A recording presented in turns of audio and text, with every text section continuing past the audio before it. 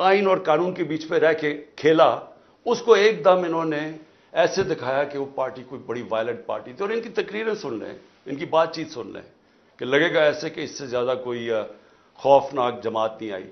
وہ جماعت جس کے اندر عورتیں اور بچے ہوں، وہ جماعت جس کے جلسوں کے اندر فیملیز آئیں، وہ جماعت جس کی پروٹیسٹ پہ فیملیز آئیں، وہ کبھی انتشار کرے گی؟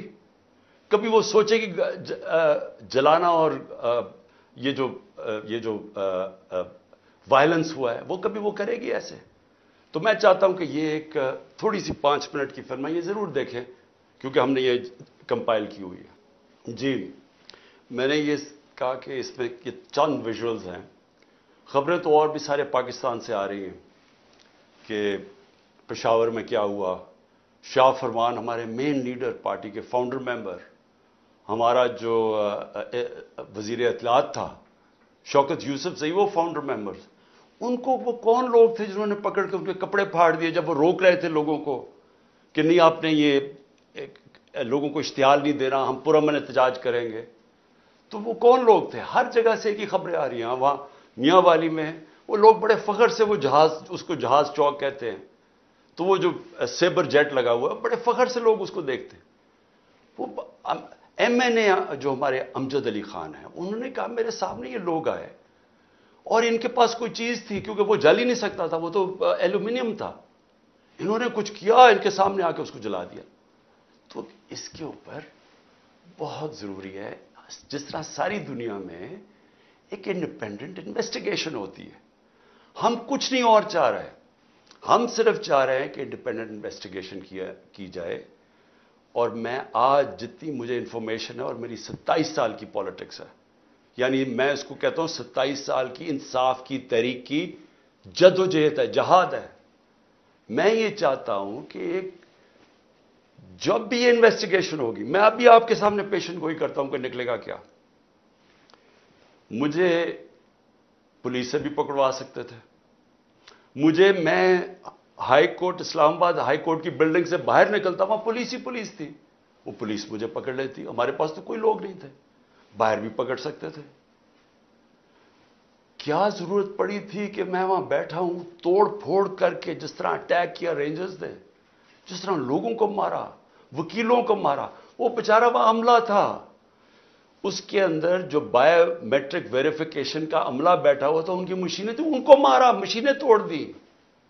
ہم کون تھے وہاں؟ کچھ دہشت گرد بیٹھے ہوئے تھے، مجھے مارا. اور پھر جس طرح پکڑ کے لے کے گئے، ساری دنیا میں جب اس کے امیجز آنے تھے تو کیا اس کا ری ایکشن نہیں آنا تھا؟ لیکن ری ایکشن شاہ محمود قریشی کہہ رہا ہے کہ پرامن احتجاج. اسد عمر جو ہمارے سیکرٹری جنرل ہیں وہ کہہ رہے ہیں پرامن. یاسمین راشد کہہ رہی ہیں، اور وہ ادھر شاہ فرمان، ساری جگہ سے لیڈرشپ کہہ رہی ہے پرامن احتجاج. مجھے جیل میں ڈال دیتے ہیں، مجھے پتہ نہیں چلتا کیا ہوتا ہے. تو کیا یہ جن لوگوں نے یہ پلان کر کے، ریڈیو پاکستان کی بلڈنگ کیسے جل گئی؟ احتجاج تو کہیں اور ہو رہا تھا، ادھر کون پہنچ کے کس نے بلڈنگ جلا دی؟ سی سی ٹی وی کیمراز ہیں ادھر. وہ جو آدمی اشتعال دلوا رہا ہے لوگوں کو کور کمانڈر کے گھر کے باہر، اور جیسے لوگ اندر جاتے ہیں خود بھاگ جاتا ہے. ان کی تو آپ نادرا کے ڈیٹا بیس میں آپ اس کو پتہ چل سکتا ہے وہ کون آدمی تھا. تو کیا کوئی کسی قسم کی کوئی انویسٹیگیشن کے بغیر ایک ون سائیڈڈ کنٹرولڈ میڈیا کے اوپر پروپیگنڈا چل رہا ہے؟ مجھے پکڑا، انٹرنیٹ سروسز بند کی، سارے میڈیا کے اوپر کنٹرول کر لیا، اور کنٹرول میڈیا کے اوپر پہلے سے ون سائیڈڈ پروپیگنڈا چلنا شروع ہو گیا کہ پی ٹی آئی نے کتنا ظلم کیا. موقع ہی نہیں دیا ہمیں اپنا موقع پیش کرنے کے لیے، سب کو پکڑ کے جیلوں میں ڈال دیا. میں اکیلا جو سپریم کورٹ کے بعد جب مجھے رہا ہوتا ہوں، پہلے مجھے 3 گھنٹے اسلام آباد ہائی کورٹ کے اندر بند کر دیتے ہیں کہ جی راستہ ہی نہیں صاف. اگر وہ رات کے 11 بجے میں وہاں سے نکلتا ہوں، حالانکہ فیصلہ 6 بجے آ گیا تھا، میں بیٹھا ہوا وہاں. اس کے بعد ہمارے لوگوں کو ہر کسی کو پکڑ لیتے ہیں. میں یہ سوال پوچھتا ہوں کہ کس دنیا میں ایسے ہوتا ہے کہ ساری سینئر لیڈرشپ کو پکڑ لیا؟ وہ بھی جو لوگ کہہ رہے تھے کہ پرامن احتجاج ہونا چاہیے، ان کو بھی پکڑ لیا. وہ لوگ جنہوں نے ہمیشہ بات کی کہ ہم پی ٹی آئی آئین اور قانون کے بیچ میں رہنا چاہتے ہیں، سارے آج جیل میں ہیں، ساری سینئر لیڈرشپ جیل میں، یہ چھپی ہوئی ہے. اور پھر کارکنوں کو پکڑ لیا، لیکن کارکنوں کو نہیں صرف پکڑا، جو بھی سپورٹرز تھے ان کو پکڑ لیا. یعنی یہ انتہا تھی کہ پچھلی اتوار کو ہم نے تحریک انصاف نے ایک کال دی کہ پاکستان کو بچاؤ، آئین کو بچاؤ، پاکستان بچاؤ. اس کے اوپر لوگ اپنے پلے کارڈز پکڑ کے آئین بچاؤ پاکستان بچاؤ کھڑے ہیں. ان میں سے لوگوں کو پکڑ کے لے گئے.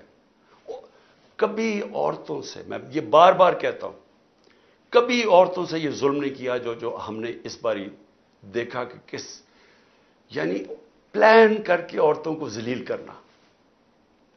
پرامن احتجاج، آئین ہمیں حق دیتا ہے، ہم کہیں بھی احتجاج کر سکتے ہیں. آئین نے یہ نہیں کہا کہ آپ ادھر احتجاج کر سکتے ہیں ادھر نہیں کر سکتے. کہیں بھی پاکستان کے اندر ہم احتجاج کر سکتے ہیں اگر ہم سمجھیں کہ کوئی ناانصافی اور ظلم ہو رہا ہے. یہ ہمارا حق ہے، یہ آئین ہمیں حق دیتا ہے. یہ کہہ رہے ہیں جی کہ جو بھی پی ٹی آئی کا وہ آئین بچاؤ ملک بچاؤ پہ کھڑے ہوئے ہیں ان کو بھی پکڑ کے جیلوں میں ڈال دیا. ورکرز کو کیا کہہ رہی تھی؟ جیو فینسنگ ہم نے کی، وہ لوگ وہاں کھڑے ہوئے تھے. لوگ اگر پرامن احتجاج کر رہے ہیں تو وہ کون سا قانون توڑ رہے ہیں؟ اس پہ پکڑ کے لوگوں کو اندر ڈال دیا. لوگ نکلتے ہیں، جیل میں سے نکلتے ہیں، عدالت جاتے ہیں، بیل ملتی ہے، پولیس کھڑی ہوتی ہے، پھر جیلوں میں ڈال دیتی ہے. دیکھیں یہ کوئی اس لیے نہیں ہو رہا کہ پی ٹی آئی نے کوئی غلطیاں کی ہیں یا کوئی ظلم کیا. اور میں یہ واضح کر دوں، کسی پی ٹی آئی کا کارکن کوئی جلا رہا ہے، کچھ قانون توڑ رہا ہے، گاڑیاں توڑ رہا ہے، اگر اس کی تصویر آتی ہے ہمیں بتائیں، ہم اس کو کہیں گے کہ جا کے اپنے آپ کو عدالت کے سامنے پیش کرو. ہم کہیں گے ان کو جیلوں میں ڈالو، سزائیں دو. لیکن یہ تو ہوتا ہی نہیں ہے کہ ون سائیڈڈ ایک پوری کیمپین چل رہی ہے جو پی ٹی آئی کا. اور اچھا اس میں کیا انہوں نے غلطی کی کہ آئین بچاؤ پاکستان بچاؤ؟ وہ کھڑے ہیں دروازوں کے باہر، وہ جو ایک لمس کا پروفیسر ہے اس کے دیکھیے حال، ٹانگ توڑ دی، بازو توڑ دیا. وہ یہ کھڑا ہوا فیملی کے ساتھ، آئین بچاؤ پاکستان بچاؤ. یہ کون سا اس نے ملک کا قانون توڑا تھا؟ تو اس وقت کوئی ملک کے اندر قانون نہیں کام کر رہا. ہمیں صرف امید عدلیہ سے ہے، اور عدلیہ کے اوپر اتنا پریشر ڈالا ہوا ہے انہوں نے، ججز کے اوپر جو پریشر ڈالا ہوا ہے کہ کسی طرح ہمیں ریلیف نہ ملے. دیکھیں ہوگا کیا، ذرا آگے کا میں آپ سوچتا ہوں نا، میں ایز اے پاکستانی سوچتا ہوں. اگر تو مجھے کوئی یہ بتا دے، ہماری یہ پی ڈی ایم کی ساری جماعتیں بتا دیں، ہماری اسٹیبلشمنٹ بتا دیں مجھے کہ جی ہمیں یہ بتائیں کہ اگر اب آپ نے ہمارے جو 2 الیکشنز جو ہونے چاہیے تھے 14 مئی کو، ایک پنجاب کا اور اس کے بعد پختونخوا کا، پاکستان کا آئین توڑا گیا ہے، آئین ٹوٹ گیا پاکستان کا، انہوں نے الیکشن نہیں کروایا، یہ کیئر ٹیکر گورنمنٹ اب غیر قانونی بن چکی ہیں، ان کے سارے آرڈرز انلیگل ہیں. تو غیر آئینی تو ہو گیا کام، نظریہ ضرورت پہ تو چل رہا ہے پاکستان، اب آئین سے تو ہٹ چکا ہے. تو مجھے یہ بتا دیں کہ یہ ہمیں کہہ رہے تھے کہ جسٹس صاحب نے کہا کہ نیگوشیٹ کرو ان سے، ہم نے بات چیت شروع کی. وہ کہہ رہے جی جب الیکشن ہوں گے سپٹمبر کے اندر الیکشن ہوں گے. تو ہم نے کہا کہ آپ نے سپٹمبر میں کروانا ہے، اکتوبر میں کروانا ہے، وہ آپ کا رائٹ ہے، فیڈرل گورنمنٹ میں آپ ہیں. لیکن ہمارا رائٹ تھا پروونسز میں، نہیں پروونسز میں بھی ہم نے کروانے. اب میں یہ پوچھنا چاہتا ہوں ان سے ہم نیگوشیٹ کیا کریں؟ کیونکہ یہ نیگوشیٹ کرنا ہی نہیں چاہتے، کیونکہ یہ چاہتے ہی نہیں تحریک انصاف کے خلاف الیکشن لڑا جائے. ان کو پتہ ہے الیکشنز میں انہوں نے ہار جانا ہے. سو یہ جو سارا سازش ہو رہی ہے یہ ہو ہی ایک وجہ سے رہی ہے کہ تحریک انصاف الیکشن لڑنے کے قابل ہی نہ رہے. اور پھر یہ اپنی طرح جب یہ سمجھے کہ پی ٹی آئی اب بالکل دب چکی ہے تب یہ الیکشن کروا کے جیت جائے اور پھر واپس آ جائے. تو اسٹیبلشمنٹ سے بھی میں پوچھتا ہوں کہ اس سے ملک کو کیا فائدہ ہے؟ چلے میں مان گیا پی ڈی ایم آگی، وہ تو ابھی بھی بیٹھی ہوئی ہے، لیکن پاکستان کو اس کا کیا فائدہ ہے؟ کیا اکتوبر میں ہماری اکانومی بہتر ہو جائے گی، مہنگائی کم ہو جائے گی، میں سمجھنے کی کوشش کر رہا ہوں کہ کیا چینج آئے گا، کیونکہ پاکستان تو ایسے کر کے نیچے جا رہا ہے، سب کے سامنے پاکستان کے حالات ہیں. تو پاکستان کو اس کا کیا فائدہ ہے؟ آپ مجھے یہی بتا دیں کہ پاکستان کو اس کا اکتوبر میں الیکشن کا کیا فائدہ ہے. مجھے یہ بتا دیں کہ اچھا -1 کر دیں عمران خان کو، اس سے پاکستان کا یہ فائدہ ہے، وہ بھی مجھے بتا دیں، میں -1 ہونے کے لیے تیار ہوں. ملک تو نہ میرا تباہ ہو، لیکن یہ جو چیزیں ہیں یہ تو ہم وہ کہتے ہیں نا، ہم ادھر جا رہے ہیں beyond the point of no return, ادھر سے واپسی کوئی نہیں ہے. جب ایک ملک کا آئین ٹوٹ جاتا ہے، جب ملک کے سپریم کورٹ کے فیصلے نہیں مانے جاتے، جب ہائی کورٹ فیصلہ کرتا ہے کہ جی عمران ریاض کو یا پروڈیوس کرو اور اس کو نہیں دیا جاتا، اس کو سامنے عدالت کے نہیں لے کے آتے، جب 7,500 تحریک انصاف کے کارکنوں کو جیلوں میں ڈالا ہوا ہے، وہ زیادہ تر تو ابھی تک عدالتوں میں نہیں آئے، جب وہ آتے ہیں پکڑ کے پھر سے لے جاتے ہیں. کس قانون کے تحت؟ تو یہ قانون تو ختم ہو گیا پاکستان میں، یہ تو اب جنرل قانون ہے. تو ادارے بھی کرش کر دیے، سپریم کورٹ کے اوپر پریشر ڈال دیا، اس کے فیصلے نہیں مانتے. 14 مئی گزر گئی، الیکشن نہیں ہوا.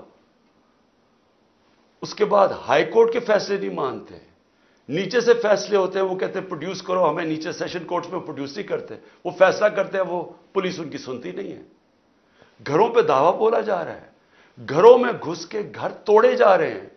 کس قانون کے تحت؟ لوگوں کے گھروں کے اندر گھستی ہے پولیس، سب گھر توڑ کے.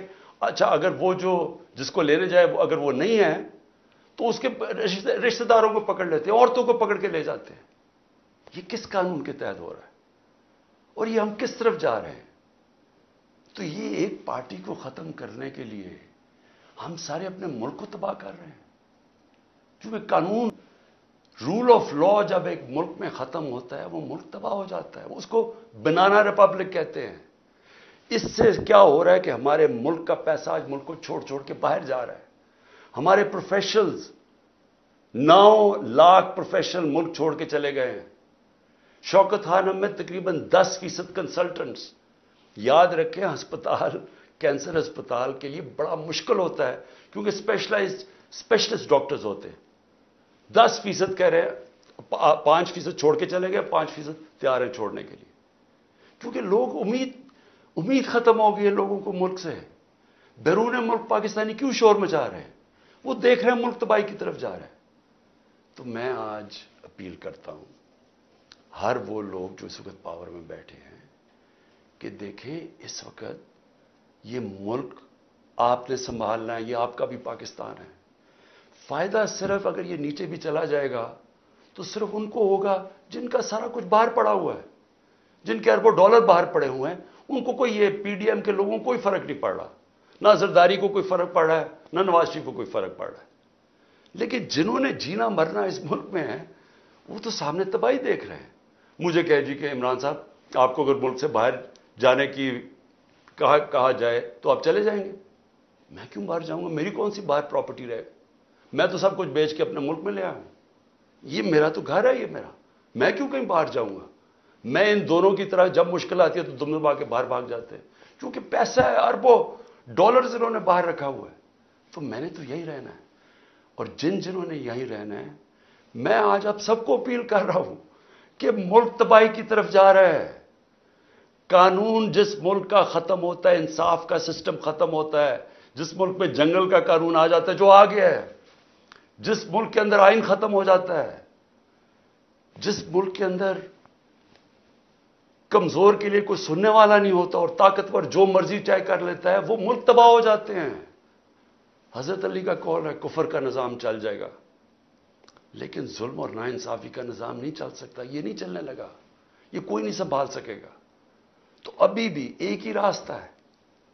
جو بھی میری بات سن رہے ہیں میری یاد رکھیں، وہ پاکستانی ہے جس کو اللہ سب کچھ دے بیٹھا ہے، جس نے پرائم منسٹرشپ دیکھ لی ہے، اس سے زیادہ پیار عوام کا دیکھ لیا ہے. میں ان سب کو یہ کہہ رہا ہوں کہ صرف ایک راستہ باقی ہے، صاف اور شفاف الیکشنز کروائیں. وہ شروع ہوگی ہماری فائٹ بیک اس ملک کو اس دلدل سے نکالنے کے لیے. شکریہ.